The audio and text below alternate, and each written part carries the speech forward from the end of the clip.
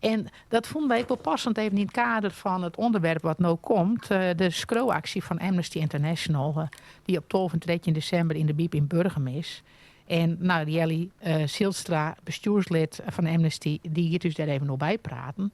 En ja, always on my mind in deze tijd wordt er aanwezig tocht die, die net in vrijheid binnen of die net hun mening uit kennen. Maar daar moeten we graag wat meer van weten. Goedemorgen, Jelly. Ja. We hebben uitsprutsen. Ik praat hier Fries, maar we praten Nederlands weer waarom. Nou, dat kan prima. En misschien verbrek ik me, maar dat zullen we nou alweer. Maar 12 en 13 december hier in de Biep in Burgum en een keer meesten scrollen. Ja, dat klopt. En dat is dus voor Amnesty. En dat is dan Right for Rights. Het is een Engelse titel, omdat in een hele protolaan wordt schreeuwen. Net alleen hier. Maar 200 landen ben inmiddels bij Amnesty aansluiten. Ja. En overal wordt rond 10 december dan schreeuwen over een aantal personen. Wij hier altijd zien. Maar dan kun je zien hoe het is in de wereld. Wat we nou van de lijst afhelden. Ja. Maar we niks over zeggen, alles, omdat er een protte gevaar dreigt dat zijn familie dan ook wat aandienen wordt. Och. Dus zelfs schreeuwen kan net eens van deze persoon. Dus mij en eigen hoe Die namen eenzaam... wij net neemt worden.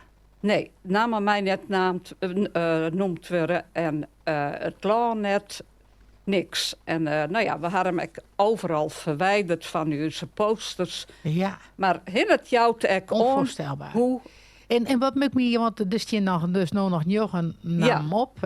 Wat voor mensen staan erop en waar scroll je dan voor? Ja, nou, Amnesty is in 1961 opricht.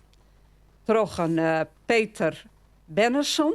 En die had dat toen gedaan, omdat er 2 Portugese jongens waren. En dat was destijds autoritair regime in Portugal. En die jongens hier in de kroeg een toast uitbracht op vrijheid.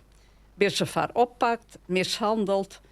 En die Benneson die voerde dat zo verschrikkelijk. Hij was advocaat in Londen. En hij is daar actie van begonnen. En eigenlijk vanuit deze ene persoon, één man, is nou deze wereldwijde Amnesty-beweging op gang komen. En dat is natuurlijk geweldig. Dat je in staat bent, vooral omdat wij ons ook zo machteloos vielen, momenteel ook. Maar dat één man toch dit terugzien, eenmalige actie, vechten van die rechten.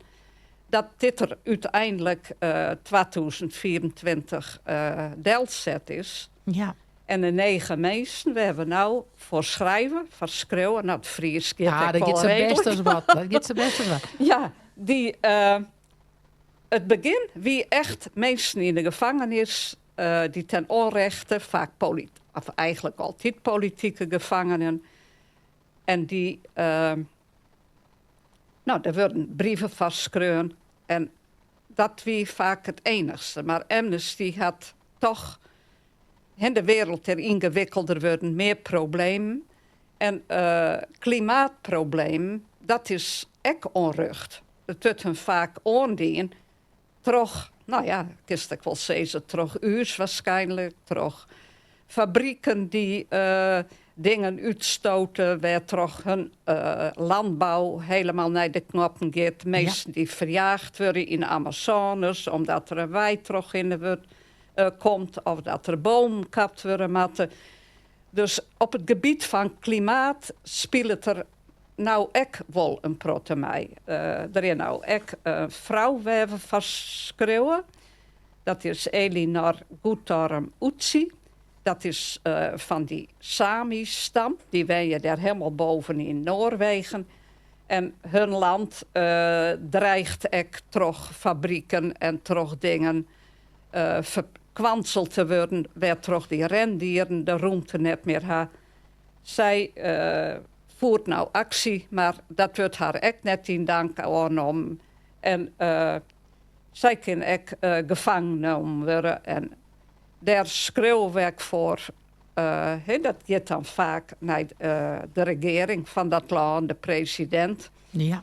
En in de bibliotheek, wij schreeuwen soms toch ook wel het adres op een envelop, omdat het, vooral de Arabische landen, dan heb je bijna de hele envelop vol mijn adres.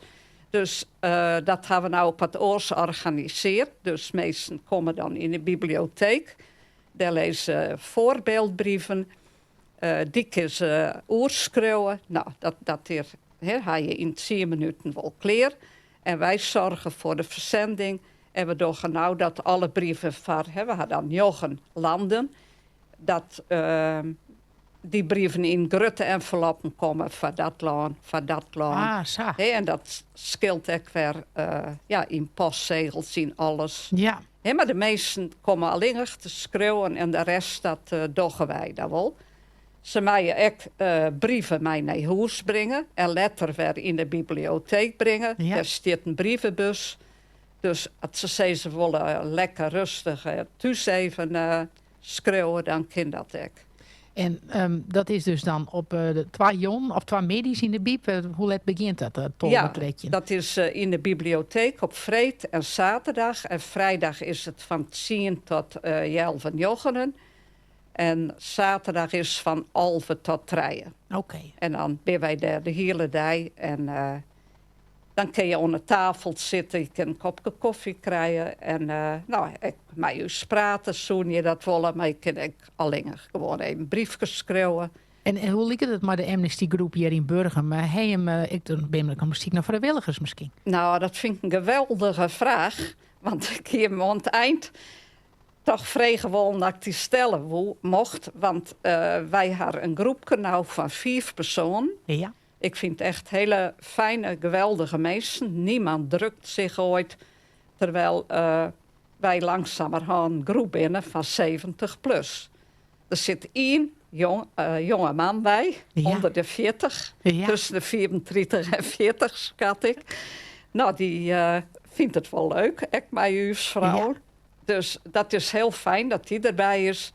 Maar we zoeken ongelooflijk graag meer, vooral wat jongere mensen, heel graag. En als je denkt het een hele protte werk, kom gewoon op uw vergadering een keer draaien, een keer mee.